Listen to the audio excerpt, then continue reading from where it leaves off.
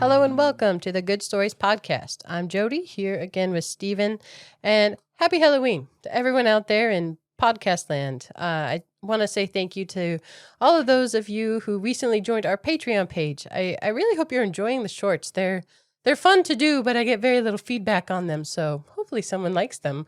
We have a few more coming out soon, and I'll keep adding to the collection. So if you're interested in those and haven't heard them yet, they're short.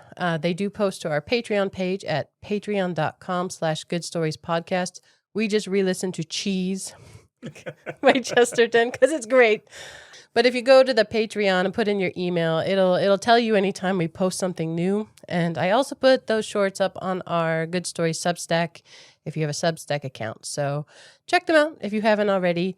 In honor of Mr. Toad from Wind in the Willows, I just posted a reading of the Tennyson poem Ulysses, which has far more substance than our foppish friend. But if there are things that you hope we talk about at some point, a story or a poem or anything else that comes to mind, please just let us know. We're always collecting ideas, and we would love to hear from you. But today we are continuing with a theme of seasonal Halloween time stories. So last time we went through a chilling murder mystery. This time we have some Halloween tales, kind of in two different flavors. Both stories today are fairly short, and both are very different from one another.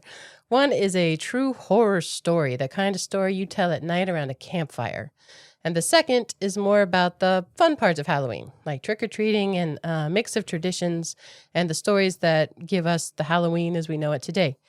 But we're going to start this episode with the spooky one.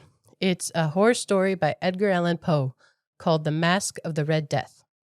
This one is creepy. Gave me goosebumps, so I think we should talk about the author Poe afterwards and jump right into it. Time for a story. The Red Death had long devastated the country. No pestilence had ever been so fatal or so hideous. Blood was its avatar and its seal, the redness and the horror of blood. There were sharp pains and sudden dizziness, and then profuse bleeding at the pores with a dissolution. The scarlet stains upon the body, and especially upon the face of the victim, where the pest ban would shut him out from the aid and from the sympathy of his fellow men. And the whole seizure, progress, and termination of the disease were the incidents of half an hour. Oh boy, what a start to a story. That's bloody. Half an hour. Oh my gosh. But the prince, I say Prospero. Let's go with it. There's Prospero from The Tempest. Prospero. I with Prospero. He was a happy and dauntless and sagacious prince. When his dominions were half depopulated, he summoned to his presence 1,000 hale and light-hearted friends from among the knights and dames of his court, and with these retired to the deep seclusion of one of his castellated abbeys. In essence, he grabs a group of his friends, a large group, and they run away and hide in an abbey while this horrible, bloody pestilence rages. Yeah, and the word castellated, that comes from the same root where we get castle. This is a fortified abbey. He is locking himself away. And think about that. Half his kingdom is dead from this pestilence when he does this.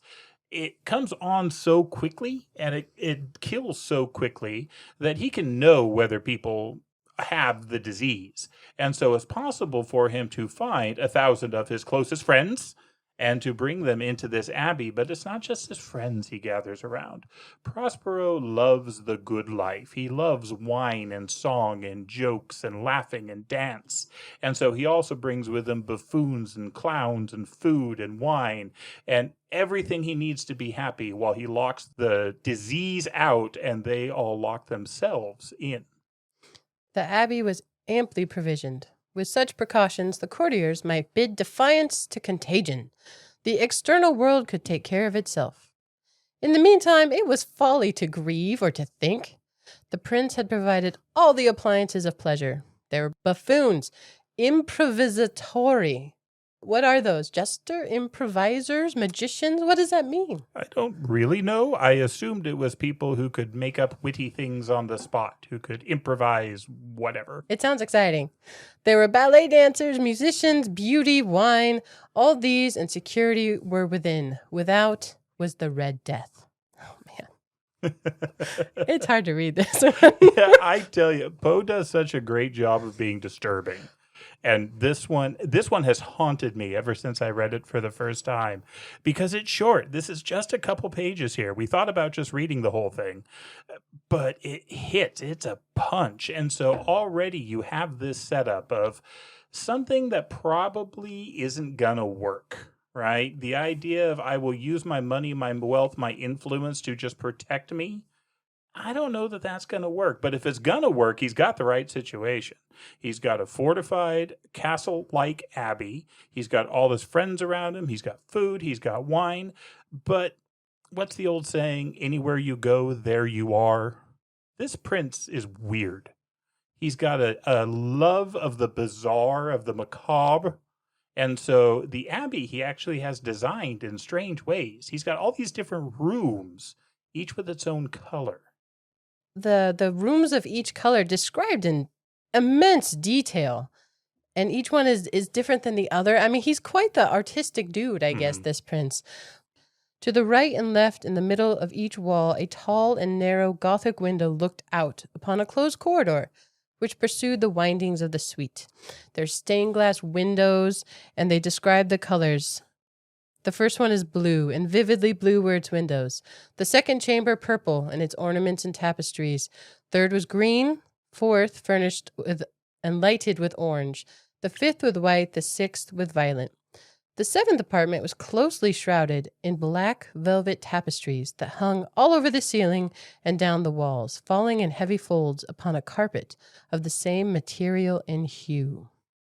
But in this chamber only, the color of the windows failed to correspond with the decorations. The panes here were scarlet, a deep blood color. Now, in no one of the 7 apartments was there any lamp or candelabrum, and the profusion of golden ornaments that lay scattered to and fro depended from the roof. There was no light of any kind emanating from lamp or candle within the suite chambers. So that's creepy. No lights at all.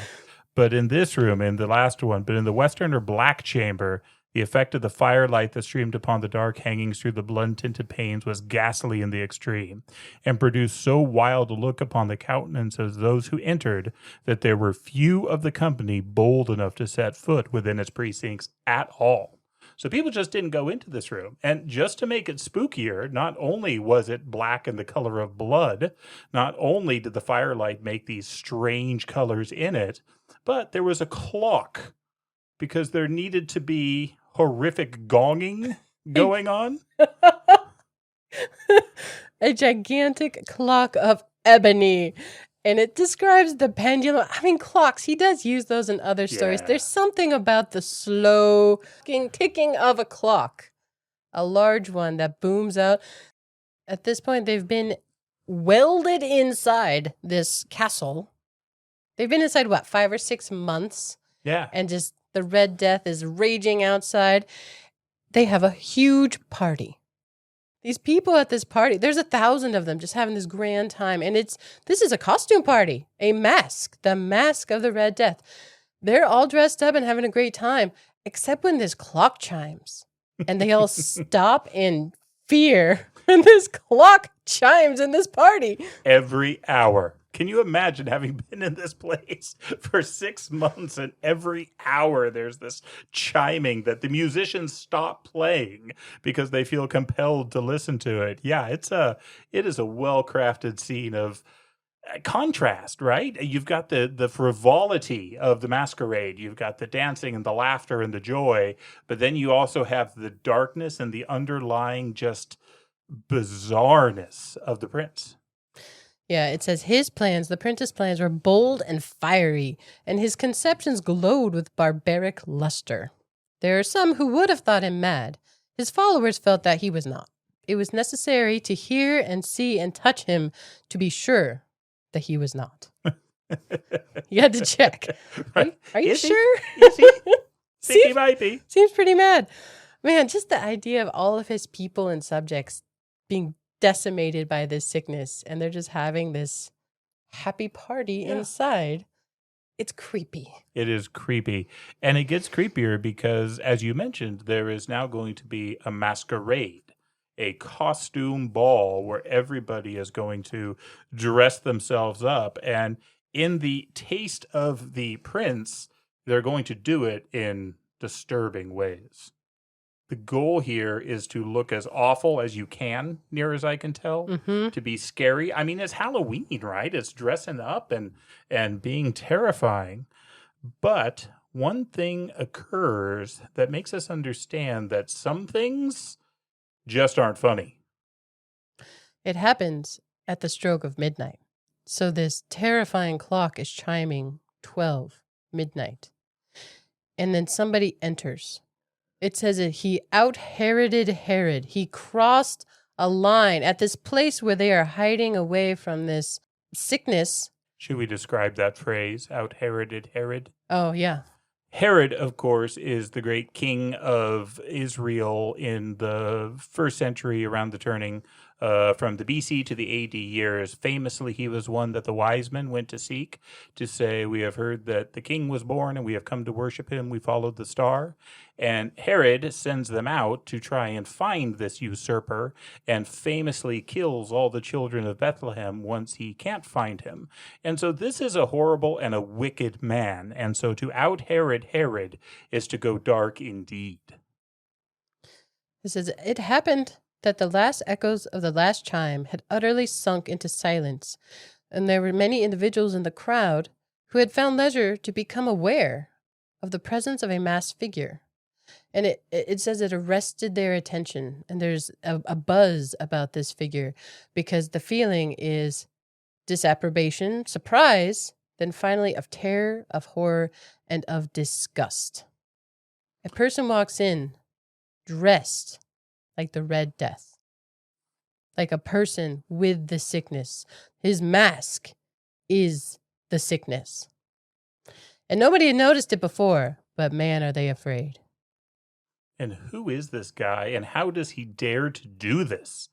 This is, again, not funny. This is beyond the pale. Everyone is silent and terrified, but then the prince sees him, and the prince is just appalled at the indecency of what this guest is dressing as. And the prince says, Who dares insult us with this blasphemous mockery? Seize him and unmask him, that we may know whom we have to hang at sunrise from the battlements. The prince is in the far eastern chamber. Remember, there are 7 chambers. He's in the blue chamber when he utters these words, and he calls on his people to seize this renegade, but no one will. No one is willing to do it. But the prince, he decides he is going to do it. So he grabs his dagger and he starts walking after this guest who dares to dress in the Red Death, and he follows him from room to room to room to room until they come to the Black Room, at which point the man in the Masque of the Red Death turns around and looks at the prince. There was a sharp cry, and the dagger dropped gleaming upon the sable carpet, upon which, instantly afterward, fell prostrate in death the prince, Prospero. Then, summoning the wild courage of despair, a throng of the revelers at once threw themselves into the black apartment, and, seizing the mummer, whose tall figure stood erect and motionless within the shadow of the ebony clock, gasped in unutterable horror at finding the grave cerements and corpse-like mask which they handled with so violent a rudeness, untenanted by any tangible form. No one was there. No one was within this costume.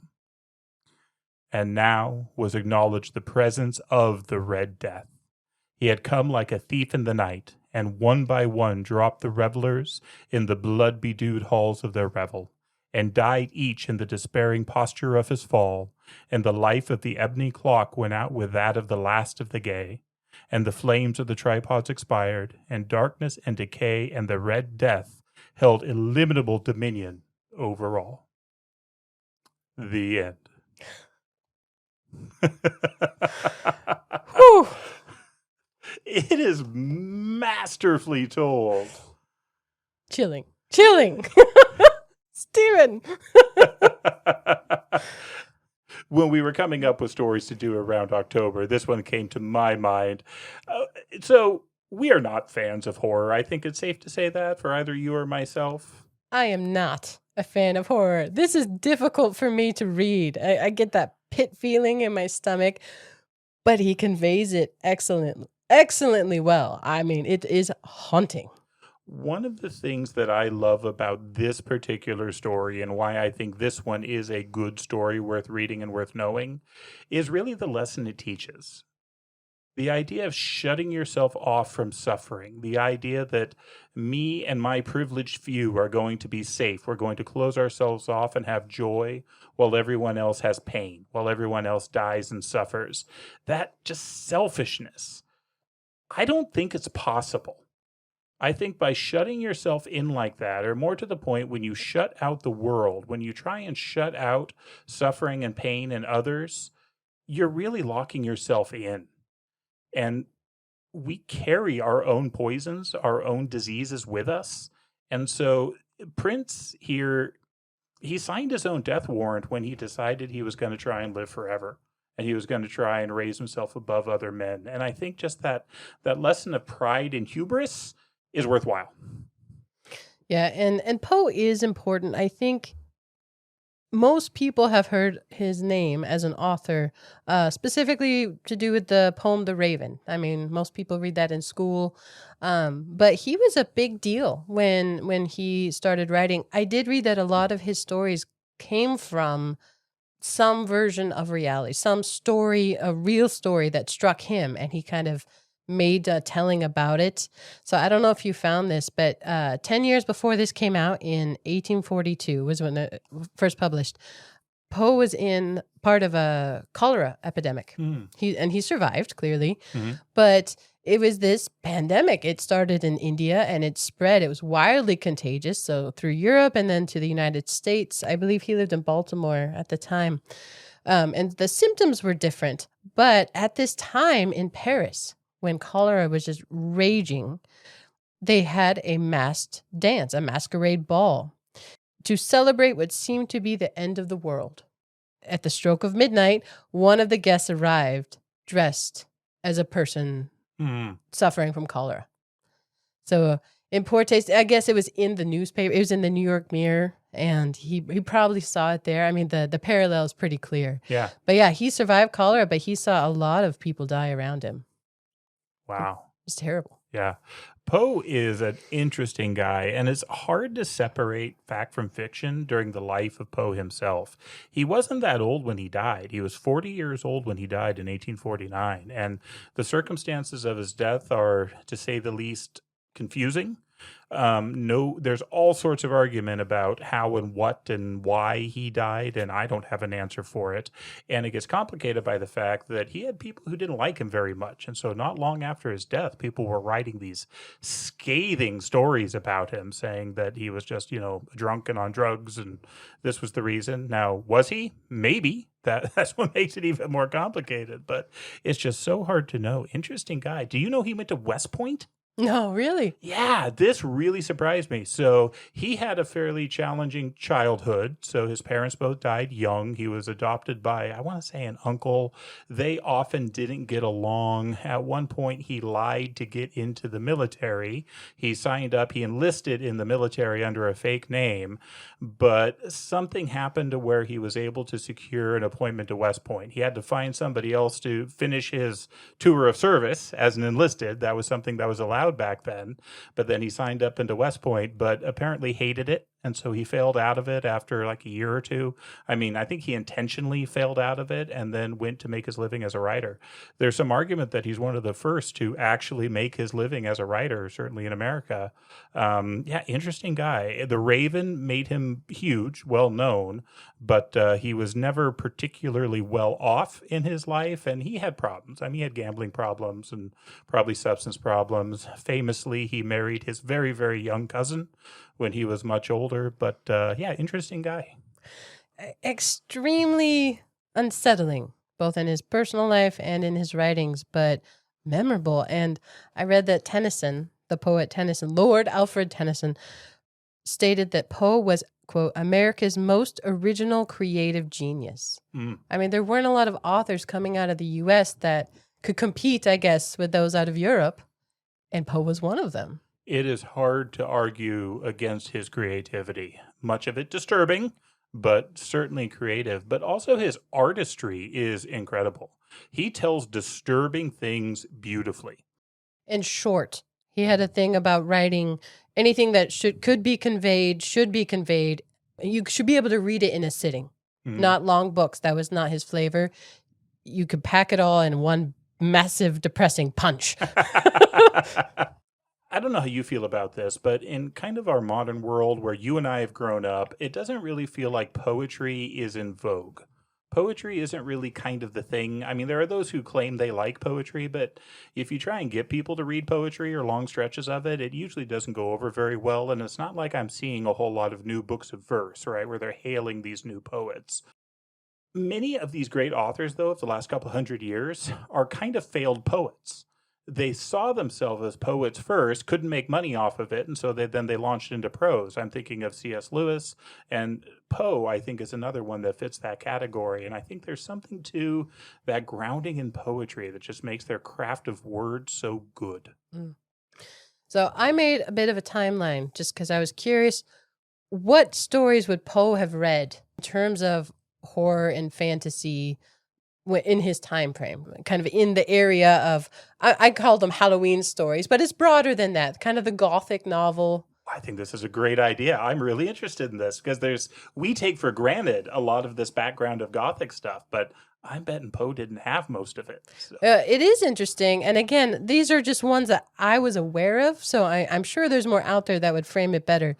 But the first Gothic novel, it's claimed as the first Gothic novel, is one I have not heard of, and I'd like to find it. It's called The Castle of Otranto by Horace Walpole. Have you heard of that? I've heard of Walpole, but no, I've not. I do not know that book. Well, he gets recognition as putting out the first haunted house Gothic type story, 1764. Okay. This one I don't know either. I was surprised that there's these background ones that I hadn't heard of. Vathek by William Beckford. 1786, but these are considered kind of foundational to the Gothic artistry and story. Frankenstein, Mary Shelley, 1818. Okay, so he would have had that available to him. Not Dracula. The Vampire by John William Polidori came out in 1819. So not Dracula that we know from Bram Stoker. Sleepy Hollow, 1820. Okay. By Washington Irving. So he'd have the Headless Horseman out there. And then, the Red Death and other stories by Poe in the 1830s. 1842 is the Red Death. 1886, so more than 20 years later, is Jekyll and Hyde. Robert Louis Stevenson. 1890, Dorian Gray and Oscar Wilde, by Oscar Wilde. And then 1897, so, 50 some odd years later, is Dracula and Bram Stoker. Wow. So the one that I recognize from is Frankenstein. And other than that, in terms of the stories I think of around Halloween and the monsters and the haunted house and these kinds of things, they were kind of later, some of them. He's kind of in the middle. Certainly, I have to believe foundational to so many of those authors that came later. Absolutely. Yeah, foundational to many, and that actually takes us into story number 2, and a totally different flavor of story around Halloween time. But Poe was an inspiration for an author named Ray Bradbury. I know Ray Bradbury first from Fahrenheit 451. Okay, read it in school, but he has done some others like The Martian Chronicles, and one I really enjoyed called The Illustrated Man. And these are short stories. Have you read that one? I have not. Oh, they were good. They're not all happy, for sure, but talk about communicating a lot in a short story. It's a series of, 18 or 20, where this tattooed man shows up to talk to a wanderer on the road, but his tattoos are real stories. They come to life. Like Maui. Yes. And then a lot of the stories have to do with Venus. actually, where they're traveling on Venus or there's some space travel. And so the illustrated man's at the beginning and he's also at the end. And then the stories in between are his tattoos. Interesting. Yeah, it was really interesting. But I did learn just this week, Ray Bradbury wrote a Halloween story. And I am so grateful that you learned this. So with this podcast, we often choose books or stories that we know well or profound in our lives at various times. I mean, I read the Masque of the Red Death years and years ago, but I had not heard of this book until Jody handed it to me just a couple days ago. Where did you find this? How did you learn about this? I was looking at Halloween stories, and most of them are ones you've heard of. I wanted something a different flavor than Poe, because Poe is truly horror. This is not. This is a group of boys. This is a boys' story. A group of 13-year-old boys out trick-or-treating. And I enjoyed the story part of it. I don't know what you think of it, so I'm excited to get into it. But a little bit more about Ray Bradbury first. So he lived 1920 to 2012. American writer of fantasy, science fiction, some horror, but Poe was an inspiration. Yeah, I was reading that he said until he was around 18, basically he just tried to write like Poe. That was pretty much his tactic. And then he developed his own voice after that. I read an anecdote about him that when he was 12, he met a carnival magician named Mr. Electrico, who touched him on the head with a sword and said, "Live forever." But that moment really baptized his imagination, right? That was his baptism of the imagination moment for him and set him on the path of writing. Personally, I love that he was a library man. Mm-hmm. So self-educated, taught himself through just reading a ton at the public library. Appreciate that. I had a great deal of fun because I was reading about Poe and then I started reading about Ray Bradbury, and it just felt warm all of a sudden because we go from a man who had his demons to a man who looks like he did a lot right in his life. He was married to the same woman for decades until her death. He had friends. There's all these lists of these good friends he had, and a couple ones jumped out to me as a hardcore Trekkie. Gene Roddenberry, they definitely knew each other. Ray Harryhausen. Anybody who loves cheesy, old, like fantasy and sci-fi, he is the father of special effects. So the old cheesy claymation special, he did incredible work back in the day. But Ray Harryhausen did a whole lot and is well known in the special effects and kind of the video community, to the point where on Monsters, Inc., the restaurant they go to is Harryhausen's, I think. I never put that together. Yeah, That's fantastic. And then the other one that jumped out at me was Charles Addams, the creator of the Addams Family. I mean, he had friends. He had a long marriage that seems like it was happy. He supported libraries, like you said. He was a massive donor. And I don't know his full faith background, and it sounds like it was hard to pin him down on it. So I read that he was raised Baptist, but he considered himself, I love this quote, a delicatessen religionist. So he tended to take things from different faiths and stuff. A sampler. But he did say, this was in I think an interview he gave. He said, the best description of my career as a writer is, quote, at play in the fields of the Lord, end quote. And I just thought that was beautiful. So after reading about Poe, it was fun to read about Ray Bradbury. I agree. And I like that Poe, he was short-lived and had all these darkness. He contributed in a large part to Ray Bradbury's work. And it is warmer. It feels warmer. Even his horror, Ray Bradbury's horror and darker stories, they do seem a little more beautiful. They have an appreciation for life and living. A couple of facts I found about him. He wrote every single day of his life, even after he turned 90. Like, he lived a long time. He dictated, as he got older, he'd dictate his writings, and he'd laugh mid-sentence at his own stories. I love that. That's fantastic. I love that too. That's so good. The only thing until this that I'd ever read by Ray Bradbury is Fahrenheit 451.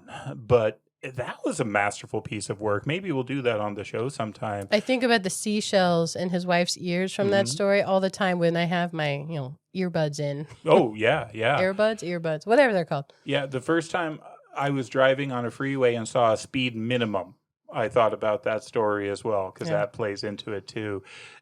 His writing style, though, was what I remember even in high school struck me. It just flowed, but not flowed in terms of elegance. It flowed in terms of almost chain of consciousness. You sort of started reading, and you found yourself almost falling into the next sentences and to the end of the page. It just drug you through it, but in a oh, this is the way the thought process is going way. It's a really distinctive style, or at least I felt it was when I was reading it, and it was fun to see that it carried through into the book we're going to talk about today. Yeah, I have 2 quotes and then we'll get into the story. So this came from one of his books. Stuff your eyes with wonder. Live as if you drop dead in 10 seconds. See the world. It's more fantastic than any dream made or paid for in factories. And I like this one too. We are an impossibility in an impossible universe. Very good. Ready? I'm ready. Time for another story. 8 young boys in different costumes meet to celebrate Halloween. But when their friend Pipkin fails to show up, they go looking for him. He doesn't seem well, but he agrees to meet them across the ravine at the house. The house is huge, old, and terrifying. When they knock on the door, the owner clearly tells them, no treats, only tricks. Shortly after, Pipkin arrives, only to be whisked off into the air. The boys, aided by the enigmatic homeowner, Mr. Moundshroud, must go on a journey through time and space in order to save their friend. Do we need to do a spoiler alert? Sure, let's do a spoiler alert. I mean, we're going to go through it. Start to finish. Because my plot summary didn't give much away, but we are going to give it all away. A really cool thing about this book in particular, apparently Ray Bradbury, I think always, or at least frequently, used the same illustrator because there are pictures in it. Joseph Mugnaini, I'm sorry for the pronunciation of the name. They're great. Actually, every chapter has its own mask. They're all individual. They're very creative. They're all in black and white, and they're phenomenal. So props to the illustrator. He passed away a while ago. I looked him up, but I think he and Bradbury just had an understanding about what was to be conveyed in terms of pictures of the stories. Yeah, there are some of these pictures that I'm actually kind of excited to show my wife and kids because they are more artistic than I am, and I think they're going to like them. I mean, they're all in kind of charcoal pencil in this and really well done. Yeah, so it is Halloween night.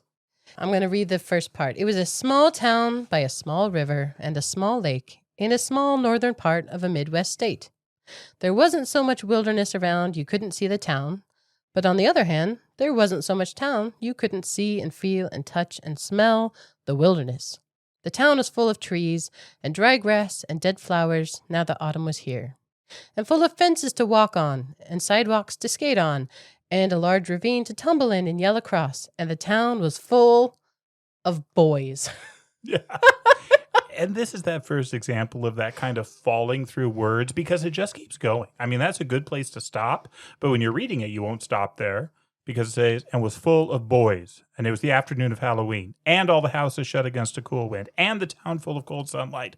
But suddenly the day was gone, and it keeps rolling from one thing to the other.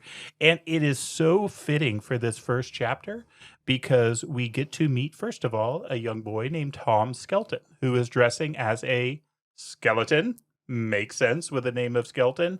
And there's just this rush and enthusiasm and excitement of these boys getting their costumes, running out to the streets to meet each other. They're seeing their costumes for the first time, and everyone is just thrilled to begin trick-or-treating.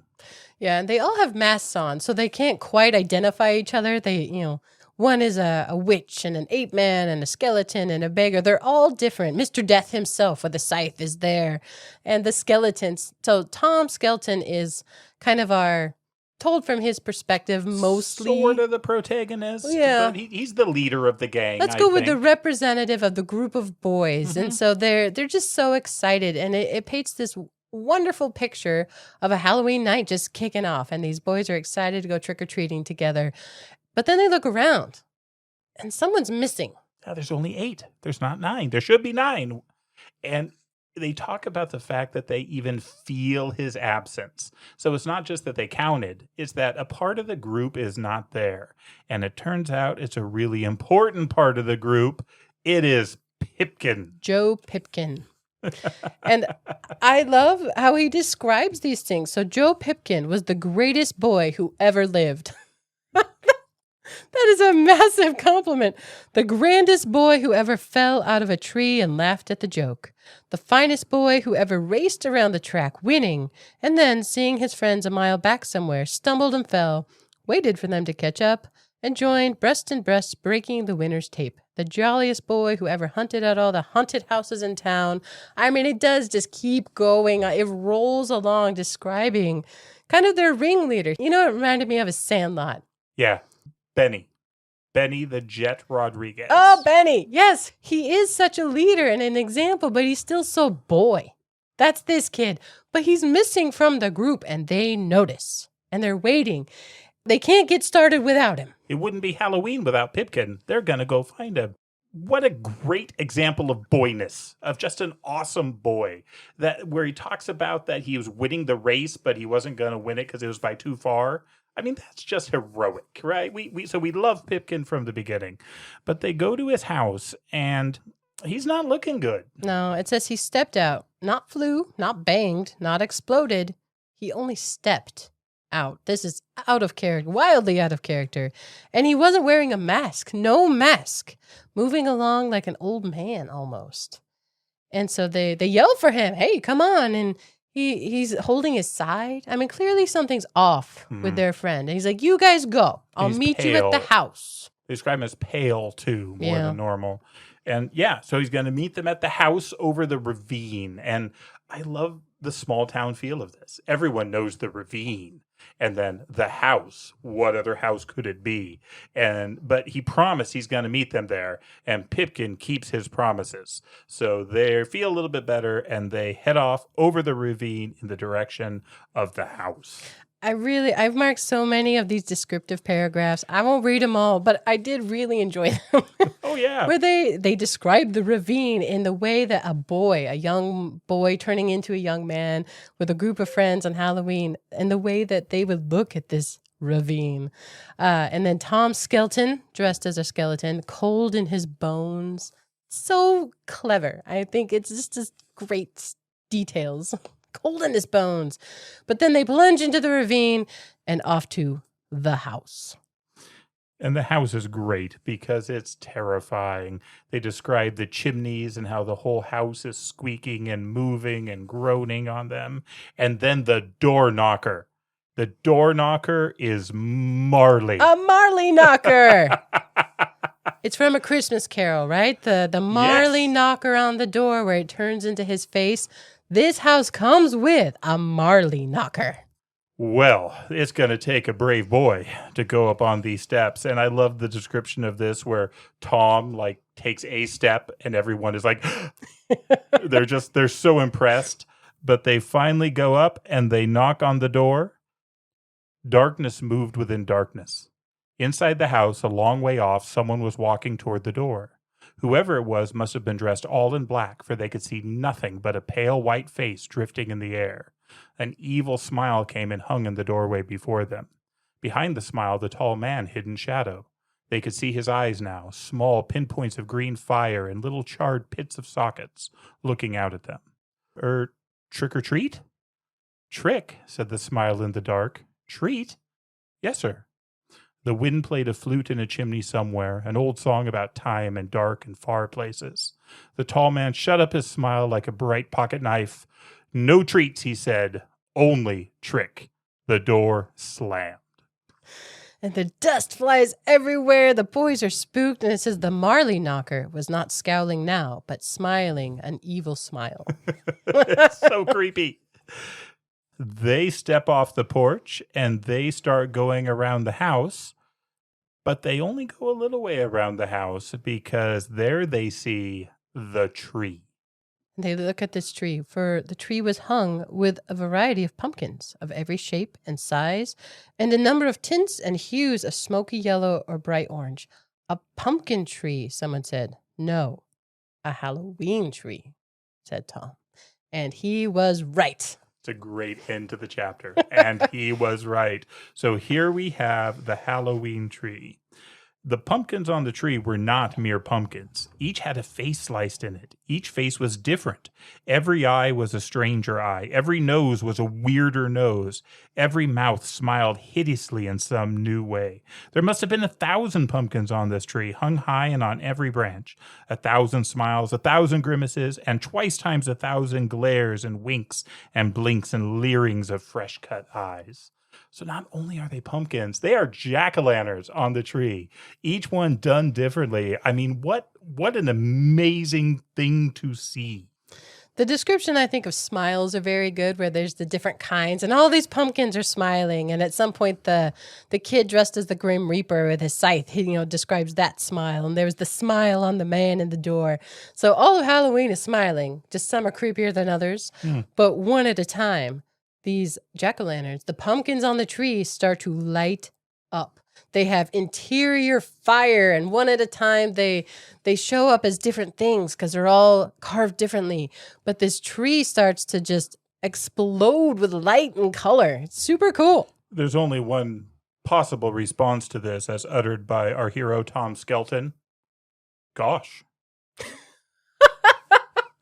He uses gosh quite a bit through this at appropriate times, which make me chuckle every time. What else do you say? What else can you say? For a 13-year-old boy, I feel like that fits. Wow, gosh. Gosh. Good point. They're so boys. So they're seeing this awesome thing, but there's awesome things everywhere, including a large pile of leaves. Now, I grew up watching Charlie Brown, so I know what to do with a large pile of leaves, as long as you're not sucking on a sucker. And the boys know too. And so they run at this pile. They are ready to launch into this autumn pile of leaves that have been all raked up. But they stop. For coming up out of the pile of leaves was a bony white hand, all by itself. And following it, all smiles. Hidden one moment, but now revealed as it slid upward, was a white skull. This skeleton is coming up out of the leaves they were about to jump into. They stop. Gosh. And now they yell, help. Appropriate. The skeleton, though, isn't really out to get them. It doesn't grab for them. It doesn't reach for them. It starts talking to them. It starts asking them questions, and it introduces itself. Well, it says, not treats, boys. No. Tricks. Only tricks. It's a mask. There's a lot to do with masks. All these boys have masks on. This guy has a mask on. This is the guy who answered the door and said, only tricks. And they figure it out that he is this guy who answered the door, and his name is a mouthful. Carapace clavicle mound shroud. I would pronounce the first word carapace. Okay. Because a carapace is the shell of like a beetle or a bug. I like the Italian better. Carapace. No, that's true. That does roll. And then, of course, clavicle is a bone, is the collarbone, and then mound shroud. I do find myself reading this in my head. It keeps coming across as moon shroud. Mm-hmm. I keep trying to throw the moon into it, but I'll try and catch myself. It's definitely mound shroud. And usually he just goes by either mound shroud or Mr. Mound Shroud through the rest of this book. They quickly trust this dude who's dressed as a skeleton up out of this pile in a creepy house. Well, it's Halloween and he's doing it right. I mean, he is feeding the ambiance here. He's talking about his own name. He says, a fine name, said Mr. Moundshroud, giving it a full spectral night church sound. And a fine night, and all the deep, dark, wild, long history of Halloween waiting to swallow us whole. Swallow us? Yes, cried Moundshroud. Lads, look at yourselves. Why are you, boy, wearing that skull face? And you, boy, carrying a scythe? And you, lad, made up like a witch? And you. He thrust his bony finger at each mask. You don't know, do you? You just put on those faces and old mothball clothes and jump out. But you don't really know, do you? And then they wonder, why am I dressed as this thing? That's weird. And Moundshroud says, wouldn't it be fun for you to find out? I'll tell you, no, I'll show you. And he says, where are we going to go? The past, the undiscovered country out there. Look long, look deep, make a feast. And he asked them all these questions. What is Halloween? How did it start? Where? Why? What for? Witches, cats, mummy dust, haunts. It's all there in that country from which no one returns. Will you dive into the dark ocean, boys?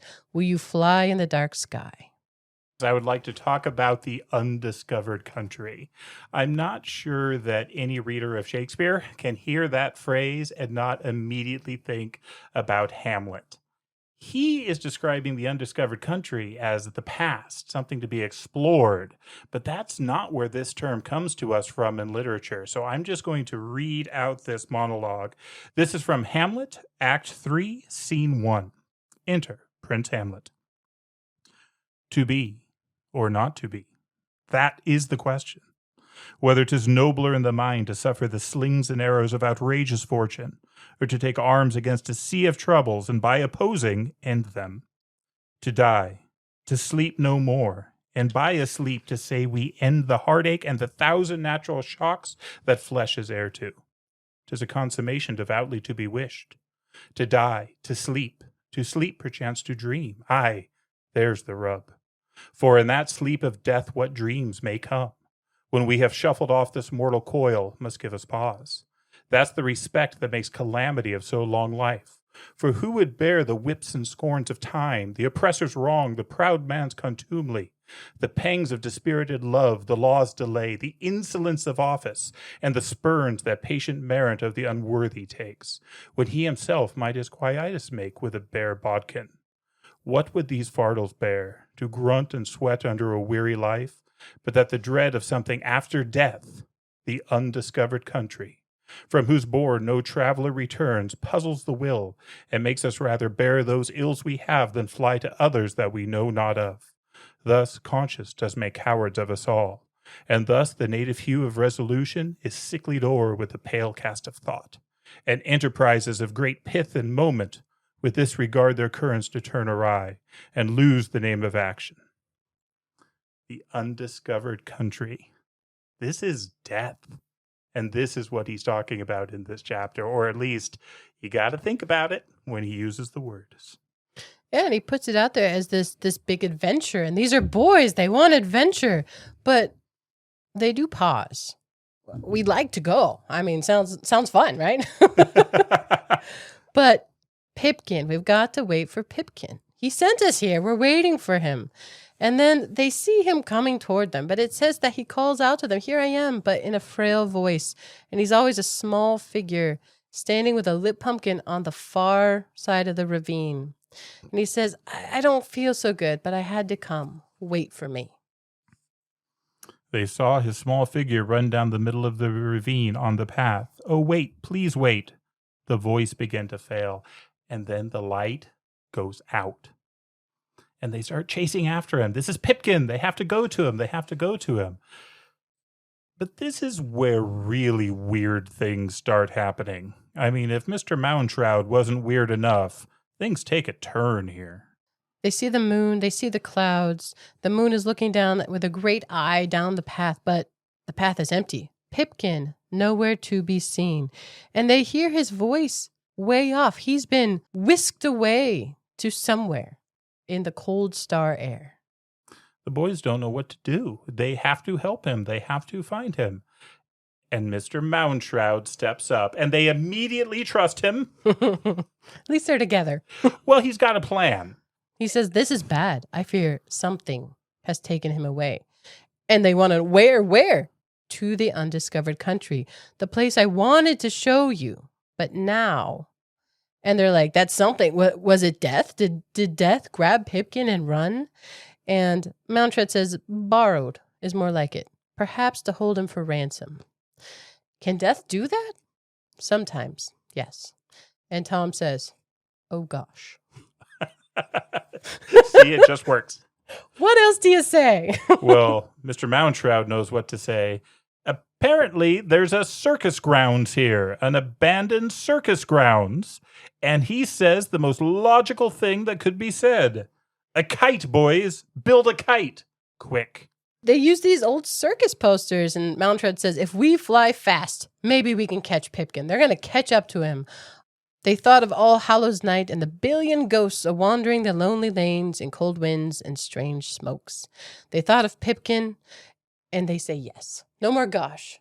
Yes. So they grab all these posters and they start making a kite, this assemblage of like lions roaring and all these action things from an old circus. I love this kite so much because it is that hodgepodge of all these monsters. It's all these faces. It's these masks, if you will, that are all brought together to make this kite, which is going to be a means of conveyance. But this kite, this collection of all these posters, faces, animals, snarls, fangs, claws, it won't fly. It's missing something. It's missing the tail. Well, we got 8 boys here, and Tom, I think, as usual, is the first to grab it, and he starts to make the tail. And then each of the boys grab onto the ankle of the boy in front of them, and with the tail of the boys, this great kite takes them up and away. And there is just so much symbolism in that, right? This great collection of masks and faces and all things scary and terrible, but it becomes a vehicle. It becomes transport, a way to take them to help somebody and to learn things. And what are they? They're the tail. They're the bottom. They're the thing attached at the end to this conveyance that is going to carry them through. And Mountroud seems to be able to fly. It says he ran along the grass to seize the scythe that had fallen from the kid above. His cape fluttered, taking air, making wings, until he also very simply took off and soared. And the kite is flying through the air. It says they rode across the moon in an exclamation point because they had this long tail hanging down. It is excellent. And these boys are looking down at their homes and they're thinking, oh, everybody look, there's somewhere our mothers, fathers, brothers, sisters, teachers. Here we are. Oh, someone see us or you'll never believe. You're right. They do wonder where they're going. Where, cried all the boys, one after another. Not where, but when, said Mountroud, pacing them, his great veiled cloak full of moon, wind, and time. 2,000, count them, years before Christ. Pipkin's there waiting. I smell it. Fly. Then the moon began to blink. It closed up its eye, and there was darkness. And then faster and faster began to wink, to wax, to wane, to wax again.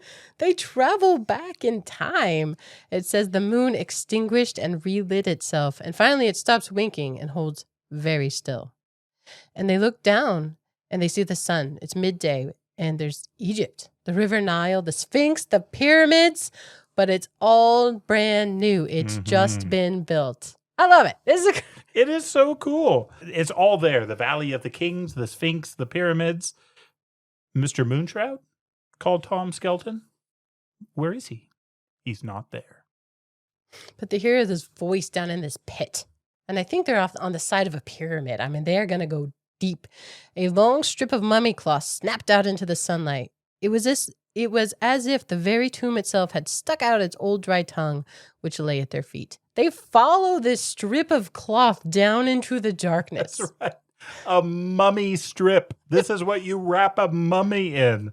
And what brave little boys. They follow it down because, again, they are still looking for Pipkin. So, yes, they're following it down, and then the voice. Clearly Mountroud's voice, but they're following it down. They can't see him. It says, watch for murder, boys, murder. In essence, what they're going to do is they're looking at the origins of Halloween. And here they're in ancient Egypt. And they're climbing down into these tombs where old kings, old pharaohs have been buried. I have had the great fortune in my life of spending some time in Egypt. And I have gotten to walk into some of the tombs. And it is amazing how much is written there. Not in the pyramids. The pyramids don't have any writing on the walls. But if you go to the tombs of the pharaohs, the tombs of the kings, the walls are covered with hieroglyphics. And he describes that here. And he describes above all this recurring story of Osiris. He doesn't tell the Osiris story in full, and there are different versions of it, and I'm not going to tell it in full either. But briefly, Osiris is the legendary great god king of Egypt. He was killed, and he was chopped up into a bunch of different pieces and thrown into the river and around the world. His wife, Isis, sought out all of the pieces. Legend has it she missed one, but she gathered up all the pieces together and wrapped him in cloth so that the pieces could be held together and life was returned to the god king. So here we have death, resurrection, and this conquering of death by this great king of the Egyptians. And we see this on the walls of these tombs that the boys are exploring. I like that the boys recognize Osiris from an old movie. I saw him in a movie once. Well, and one of the boys is dressed as a mummy. This is his place. Mountshroud's voice says, Lesson number 1 about Halloween. Osiris, son of the earth and sky, killed each night by his brother Darkness. Osiris slain by autumn, murdered by his own night blood. So he's giving them the pieces of this story as they're there, and he calls up the kid dressed as a mummy. Be like, you there, come here. They're basically giving the source story of why is that kid dressed as a mummy? Why is that even a thing? Oh, here's a reason. It's a conquering of death. It's something they feared, and it was a way of dealing with it. This was a cultural, a religious, a mythical way of thinking about and processing and going on with life in a world where people die. I mean, that's profound. And as they're down there, there's this procession. There's a funeral happening as they're down there. And it says there's voices chanting, singing in the houses. And as they sing, do not lose your way in the dark. Oh, dear sweet dead, come home and welcome here. Lost in the dark, but always dear. Do not wander, do not roam. Dear ones, come home, come home. This procession is carrying a coffin, a sarcophagus, and from within it we hear the pale voice of Pipkin. Pipkin needs to be saved. But Mr. Moundshroud won't let the boys jump out. I mean, that would be dangerous here. And he says, shh, be quiet. And this all passes, and then Pipkin moves on to another place where they have to follow him. But while they're looking at all the writing on the walls, they do go even farther back in time as they're looking at the walls, because there's the hieroglyphs talking about the ape men. Hey, isn't there a boy dressed as an ape man? I think there is. So each of the masks, the costumes these boys are wearing, they get a source story for where it came from in Halloween. It's really kind of cute and clever. And you don't need to remember all the boy names, but I wrote them down as a cheat guide for me. The Ape Man, the boy is JJ. The Mummy is Ralph Bangstrom. As they're going down through the tomb and they're doing the Osiris story, they're talking essentially the fear of death, the fear of a life ending and then potentially coming back.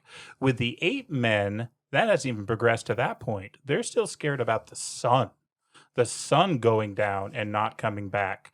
The sun, which goes down every night, but also every winter where the warmth of the sun goes away, and they're wondering, will it ever come back? And on these pictures, they describe the lightning hitting and these ape men gathering the fire and basically bringing the sun within their own control. And here we have another Halloween thing. We have the idea of fear. What is something that is feared that all humans have feared back to the time of the ape men, right? But they came up with a way of kind of dealing and handling that, and that's remembered in Halloween by people dressing as Neanderthals. Yeah, and here he's saying that the tigers and the dangers are driven off by this fire inside. And Mountshroud says, see, boys, the days of the long cold are done. They have fire now. Because of this one brave, new-thinking man, summer lives in the winter cave. But here he talks about how fear can occur because they're not always defending their lives immediately. They have some time. They can survive the winter. They have some warmth. It says, with such long thoughts at night, boys, with such long thoughts at night, and always at the center of it, fire, the sun dying down the cold sky forever. How that must have scared early man, eh? That was the big death. If the sun went away forever, then what? So it's this transition of cavemen going from total defensive all the time to actually having some thoughts about their life and their purpose and what happens when the sun goes down and comes. What if it doesn't come back again? It's really clever. It just throws it in there as a story. Yeah. And this culture they're in, the Egyptian culture, is obsessed with the sun.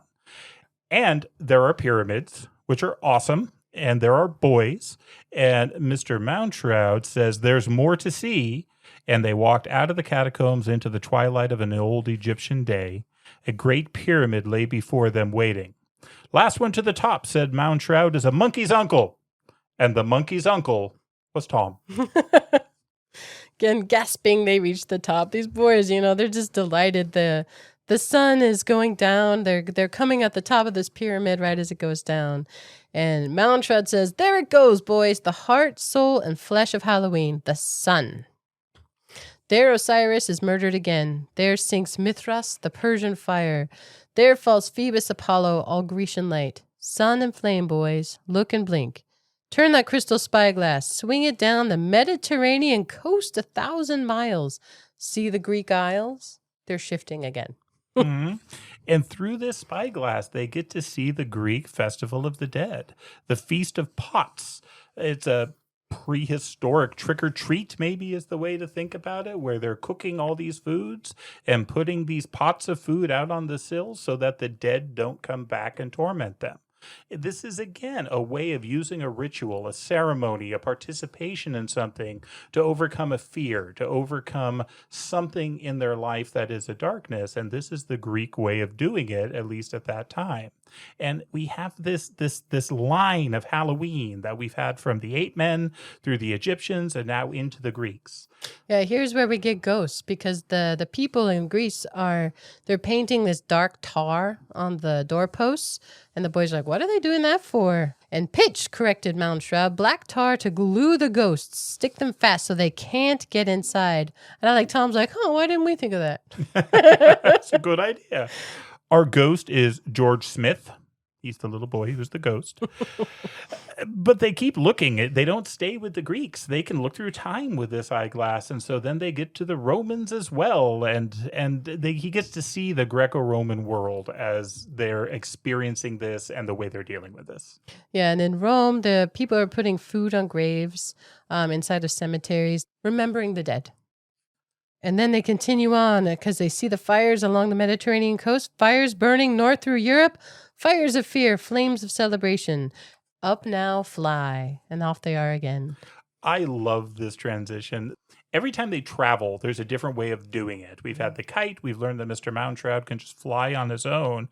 Here, he kick-jumped straight up in the air. The boys yelled delight, even as his clothes, cape, hair, skin, body, corn candy bones tore apart before their eyes. The wind ribbed him to confetti, a million autumn leaves, gold, brown, red as blood, rust, all wild, rustling, simmering. A clutch of oak and maple leaf, a hickory leaf downfall, a toss of flaking whisper, murmur, rustle as the dark river creek sky. He turns into leaves. He turns into this tornado of leaves. And it's in this tornado that the boys are taken up and they travel to Britain. And Moundshroud yells, Happy New Year! Tom says, what? Happy what? Happy New Year! In old times, the 1st of November was New Year's Day. The true end of summer, the cold start of winter. Not exactly happy, but well, Happy New Year. And now they're in the British Isles. And the whole thing is great. Honestly, we're reading a lot of this because it's better than we could do. Would you cock an eye at England's own druid, god of the dead? And yeah, we would. Do it. Turns out he's scary. Oh, yeah. Yeah, so this is the god of the dead, Samhain. And he is the one with the scythe. And he is mowing down people. He is mowing down. There's all this symbolism in this where he's hitting the grain that's being harvested, but really his job is to harvest all the humans that have died in the last year. And it emphasizes for their sins, that he's doing this for their sins. And the boys are dodging and ducking. And this is a really, really scary scene. As he harvests them, this chaff that comes up turns into other animals. It turns into scorpions and bugs and lizards and all sorts of different things. And it's terrifying as this god of death is coming at them with the scythe. It says all those creatures, though, are miniature, tiny, small, no bigger than worms, no bigger than toes, no bigger than the sliced off tip of a nose. But there's hundreds and thousands of them. And I looked up how to pronounce Samhain, I think. There's an M in it. It doesn't make sense. It's Celtic, and so I'm never going to get it right. Samhain, that's what I looked up. But he says, for your sins, take that and this. And he's just flashing this scythe everywhere. Says the wind fell in bright thunders. And the boys are like, I'll be good. Let me live. Like, it's really scary. How can we appease this? Well, we hear a sound. It says, Saman listened, his scythe like a great smile in his arms. And then a song begins. O Saman, god of the dead, hear us, we the holy druid priests in this grove of trees. The great oaks plead for the souls of the dead. Far away, these strange men by their bright fire lifted metal knives, lifted cats and goats in their hands, chanting, we pray for the souls of those who are turned to beasts. O God of the dead, we sacrifice these beasts so that you will let free the souls of our loved ones who died this year. And the knives flashed. Here we see an appeasement. We see sacrifice and appeasement of this God of death to try and free these dead souls from their sins and from this cycle of death and rebirth. This is very Druidic, at least what little we think we know of Druidic culture. They were very much into this idea of reincarnation, but again, this fear, this darkness, and this was their tool to deal with it. This is how they coped with it. And again, we see this link in this chain that Ray Bradbury is crafting for us out of the past. Did you like that he included the Druids? I did like it. I loved this whole passage. This is a great transition. We span time here very effectively. And then Rome comes. This whole chapter just made me ridiculously happy as I read through it. I was wondering where he was going to go with it. All of a sudden, this god of terror and death starts to shiver and quail and fall. The Romans are attacking the trees. They're attacking the centers of faith of Druidism. They are going after him, and this god of death has no power over them. Rome comes, and I can only think this is a good thing, takes away this terrifying creature. The Druids had their rites and sacrifices to appease this god, but still, what a horrible existence that would be. Now Rome has come and has killed this god. It no longer has that power over them, but the Romans have their own idols. They've got their own altars, their own temples. It says, here we shall build our temples to our gods. The soldiers lit new fires and burned incense before golden idols, which they set in place. And so you have a substitution. You have an overriding of this death god in this old society, but then they have their own death gods that they have to appease in their own ways within their own temples. But then comes the next part. But no sooner lit than a star shone in the east.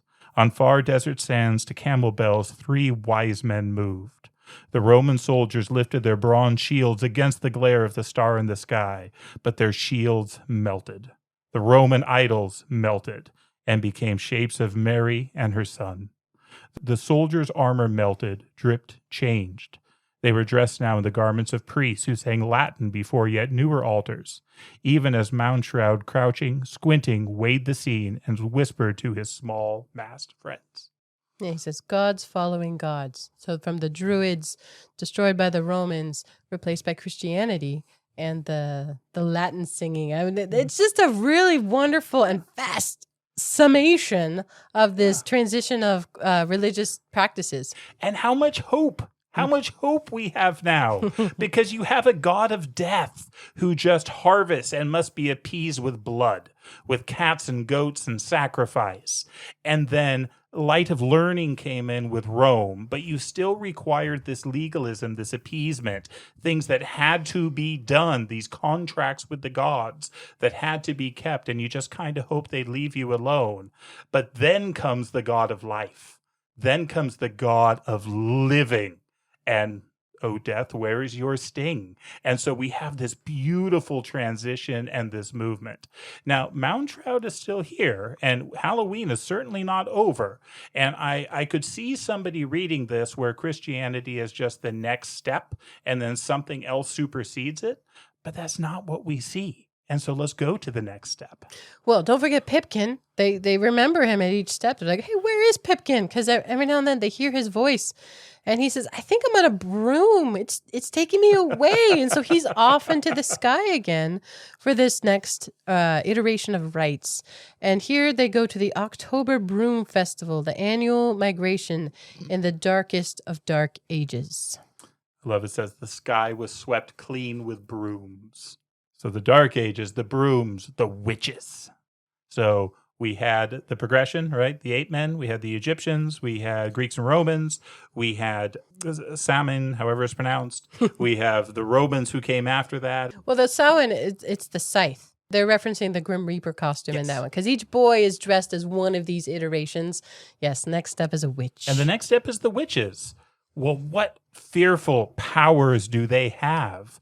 The boys asked those questions to Mountrout. Boy, oh boy, said Henry Hank, proud in his witch costume. Real witches. Could they talk to the dead? No, said Mountrout. Jump up devils? No. Keep demons in door hinges and squeal them out at midnight? No. Ride broomsticks? Nope. Sneezing spells on people? Nope, sorry.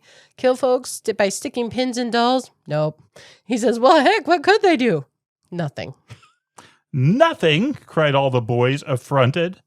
Oh, they thought they could, boys. Isn't that fascinating? Because we have real progression up to this point, but now we have charlatanism.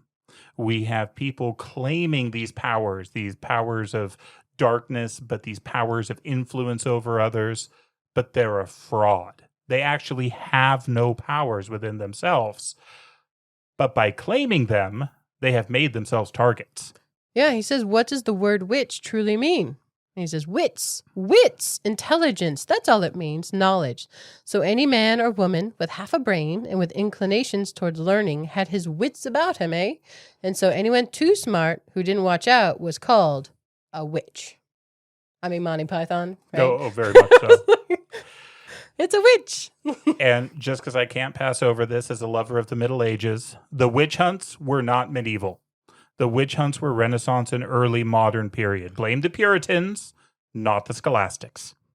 I will. In the meantime, they're still trying to get to Pipkin.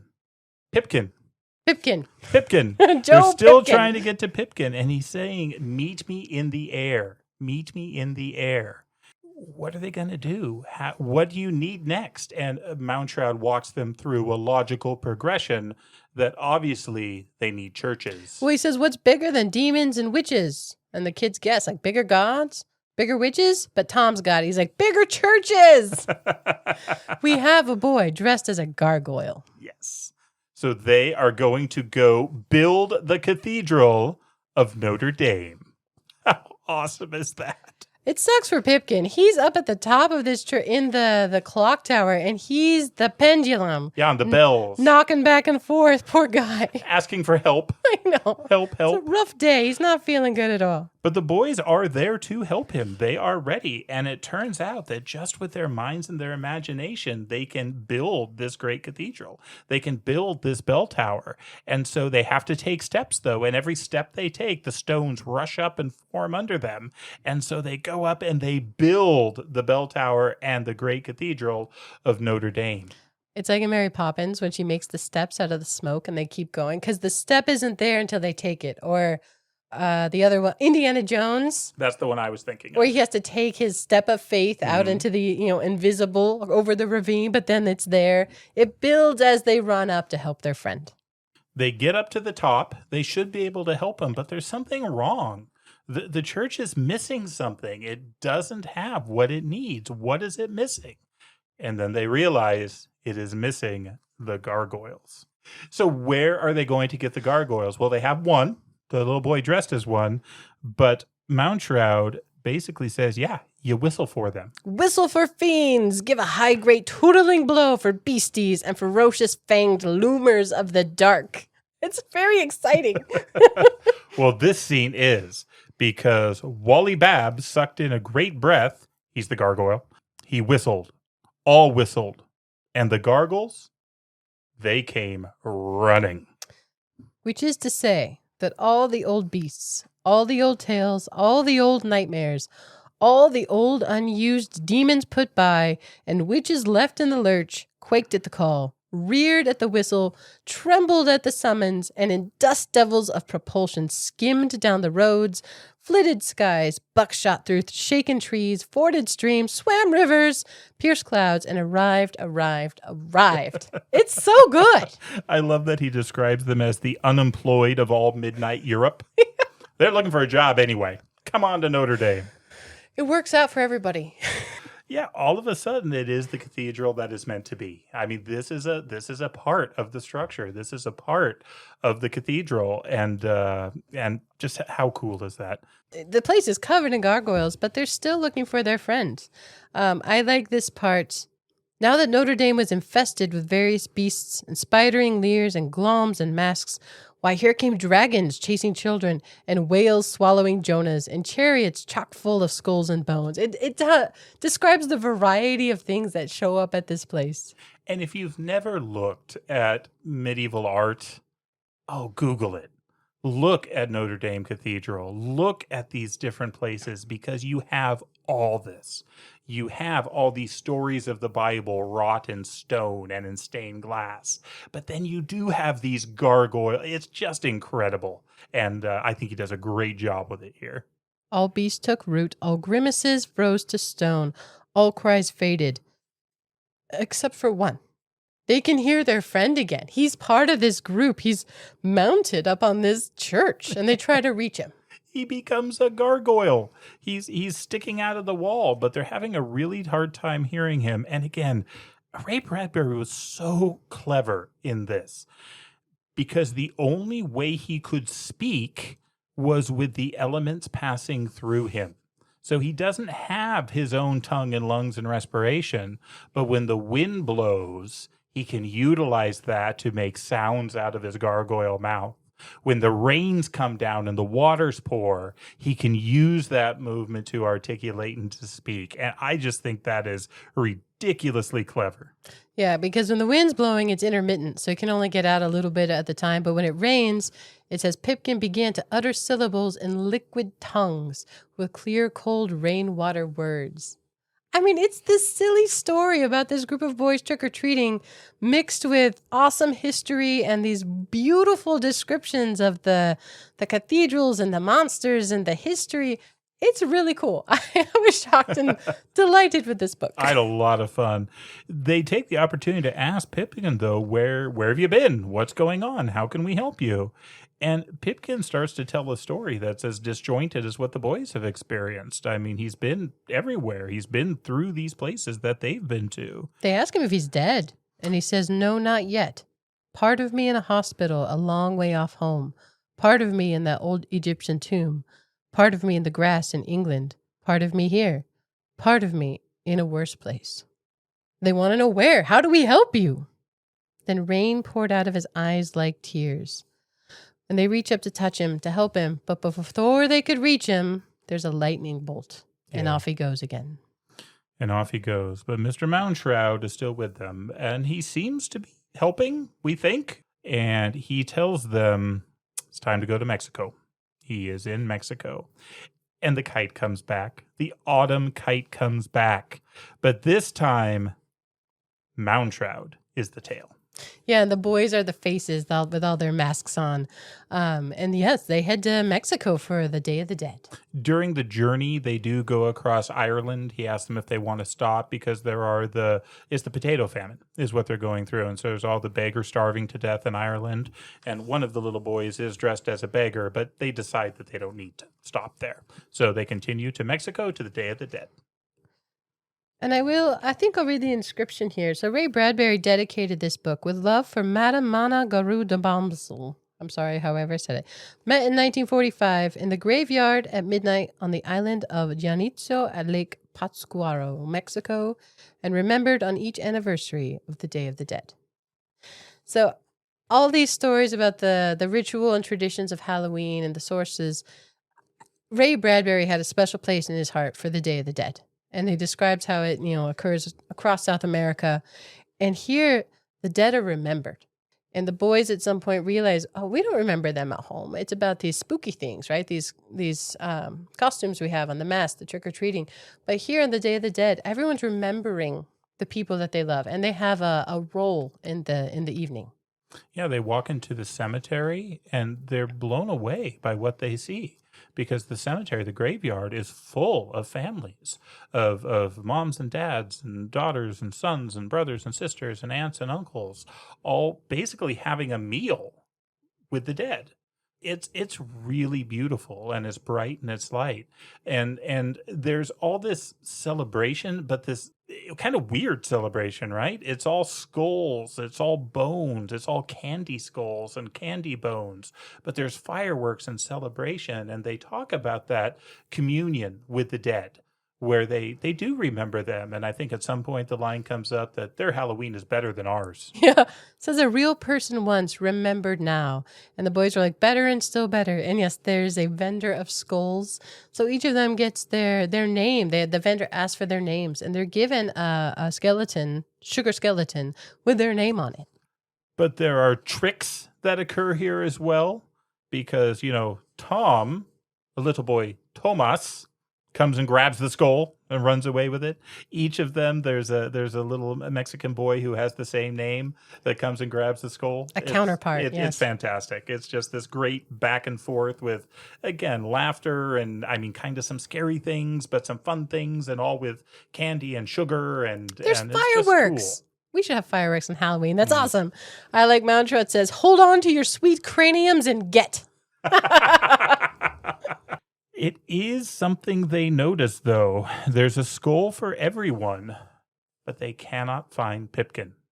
Every other place, Pipkin has been there in some form and some way, but here they cannot find Pipkin. And this takes us into the last chapter. There's a lot in the last chapter. There's a funeral parade happening, and they follow this woman and this man in a coffin, and the man in the box, yes, and the thing inside the box.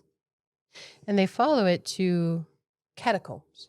And Tom's back to Gosh. He's like, I've seen too much. I know everything. Gosh, everything. It's Pip inside that box, isn't it? They follow Pipkin in a coffin to the catacombs. They call to Pipkin, and Pipkin can hear them, and they can hear him. And they tell him, come out, but he can't do it. There are mummies, but not just the mummies like the Egyptian mummies. There is a whole line of the dead, dozens and dozens of these bodies in the way, and they will not let Pipkin pass. The boys gather up all their courage and try and go to meet with Pipkin. The bodies won't let them pass. They just can't get out. They can't get to their friend. They're blocked. It says by fear, but even more than fear, they're not allowed. It says, Pip, if you stay forever. You stay with all the silent and the lonely ones. You stand in the long line of basically mummies in these catacombs blocking the way. And Pipkin's crying, and they want to help their friend. And here Malmshroud shares a deal. Save Pipkin, lad. Strike a bargain. Here, boys, save him with this. Malmshroud reached into his dark cloak and brought forth a familiar white sugar candy skull, across the brow of which was written, Pipkin. Says, here's the dark deal. Do you truly want Pipkin to live? And the boys, of course, yes, we do. And he's like, I see you mean it. Well then, will you each give 1 year from the end of your life, boys? What? Said Tom. And Malmshroud, yeah, he said, I mean it, boys, 1 year. 1 precious year from the far burned candle end of your life. With 1 year apiece, you can ransom dead Pipkin. Way back at the beginning, he said there might be a cost, might be a ransom. It was taken by something. Pipkin was not well. But here the deal is 1 year from each of their lives. It was hard to grasp. A year so far away was no year at all. Boys of 11 or 12 cannot guess at men of 70. A year. Why, sure, why not? Yes. But Malmshroud stops them. Says, think, boys, think. This is no idle bargain struck with nothing. I mean it. It is true and a fact. It is a grave condition you make, and a grave bargain you strike. 1 year, each of you must promise to give. You won't miss the year now, of course, but you are very young. and I see by touching your minds you cannot even guess the final situation.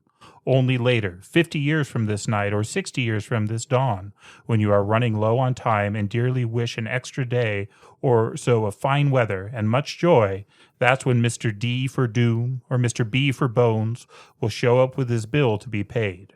Or perhaps I will come, old Moundtrout himself, a friend to lads, and say, deliver. So a year promise must be a year given over. I'll say give, and you must give. And they do think about it, but Tom speaks first. He says, me, I'll give a year. And each of them do. Yeah, I love they this. Step up. Oh, man. Way to go, boys. It is a heroic thing that every one of them does. And to seal the deal, they swallow darkness. They chew the pieces of Pipkin's sugar skull. We should settle more contracts by eating candy. Deal. I'm in. Only if it's $100,000. That's the best one. But there's a yell, and Pipkin this time, no more faint voice. He says, here I come. And he runs up out of this catacomb across the break, and he is out the door. He books it. But he doesn't even slow down for the boys.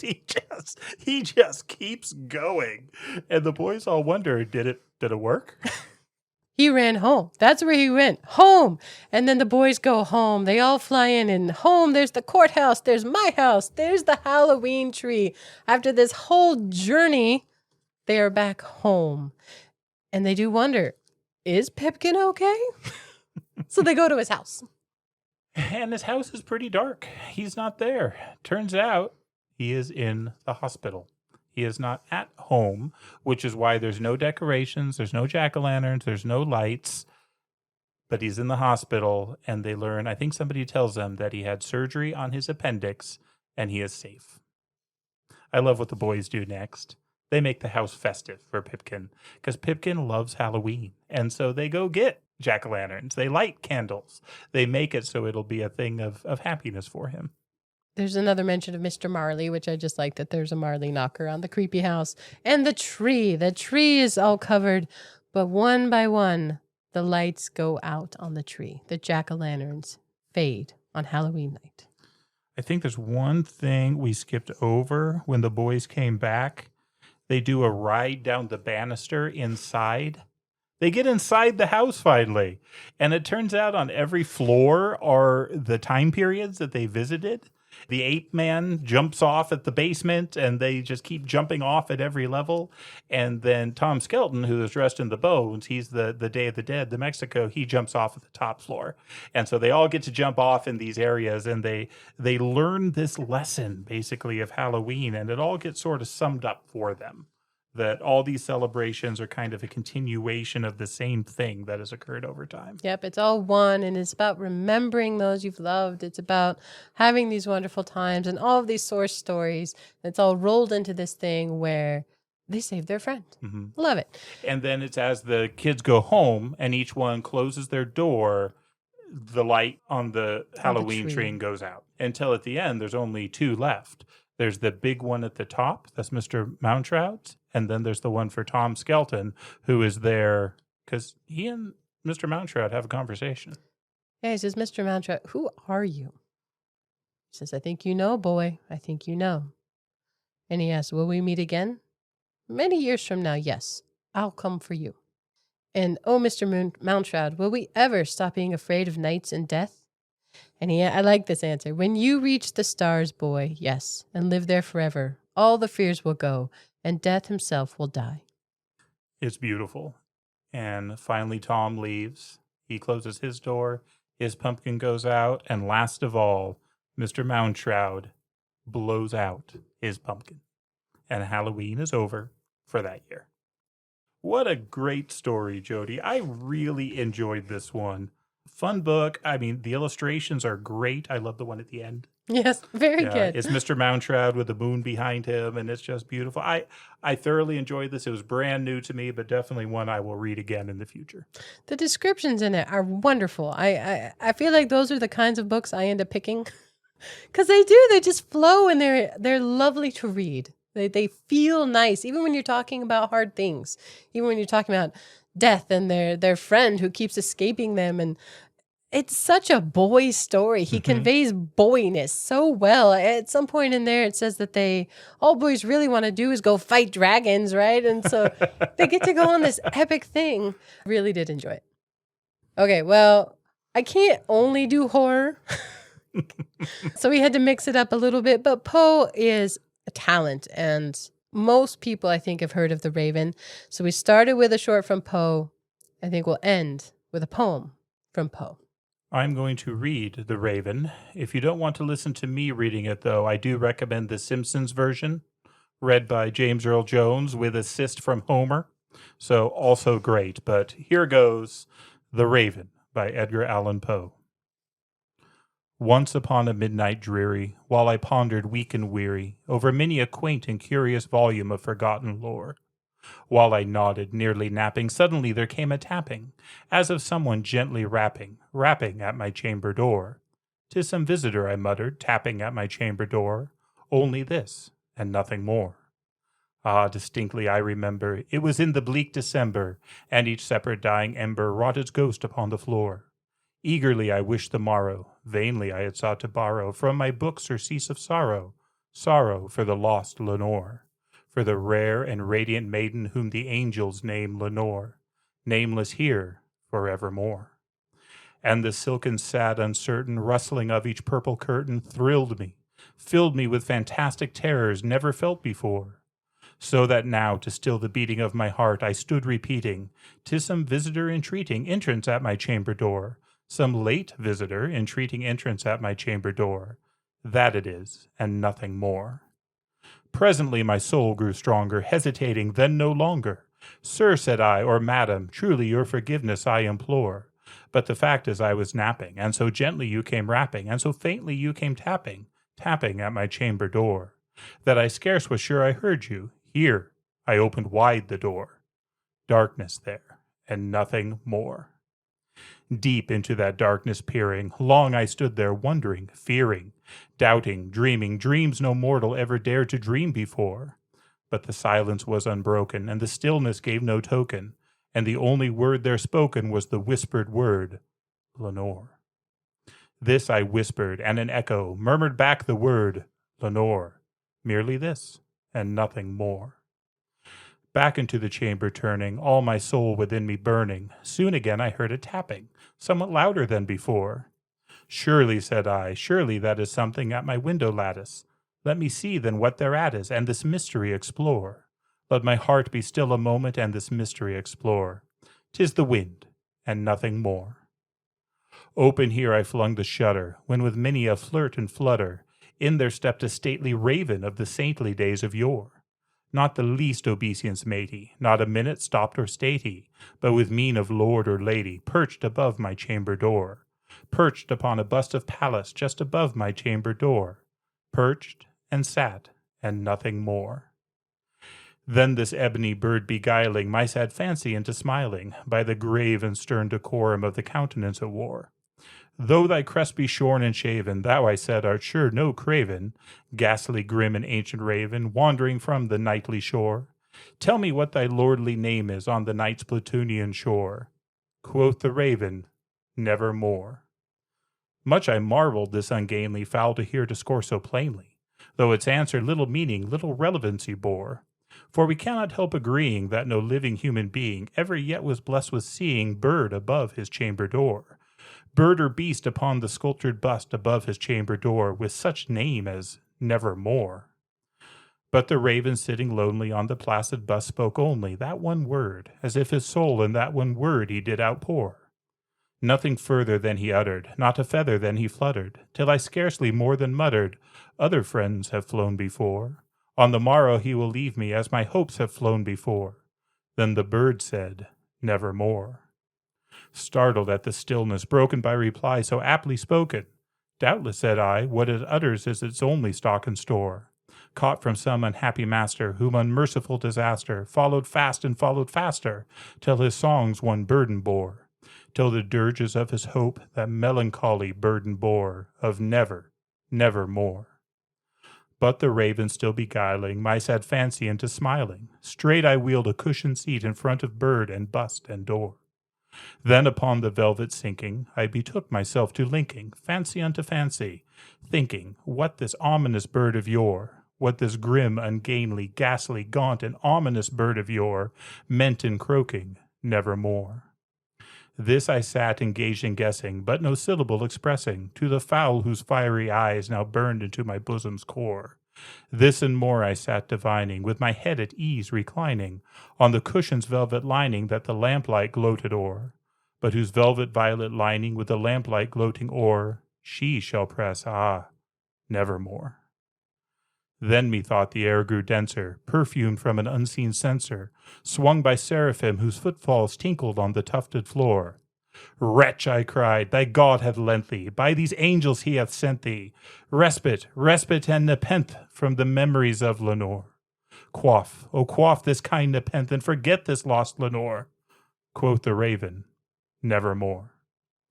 Prophet, said I, thing of evil, prophet still of bird or devil, whether tempter sent or whether tempest tossed thee here ashore, desolate yet all undaunted, on this desert land enchanted, on this home by horror haunted, tell me truly, I implore, is there balm in Gilead? Tell me, I implore. Quoth the raven, nevermore.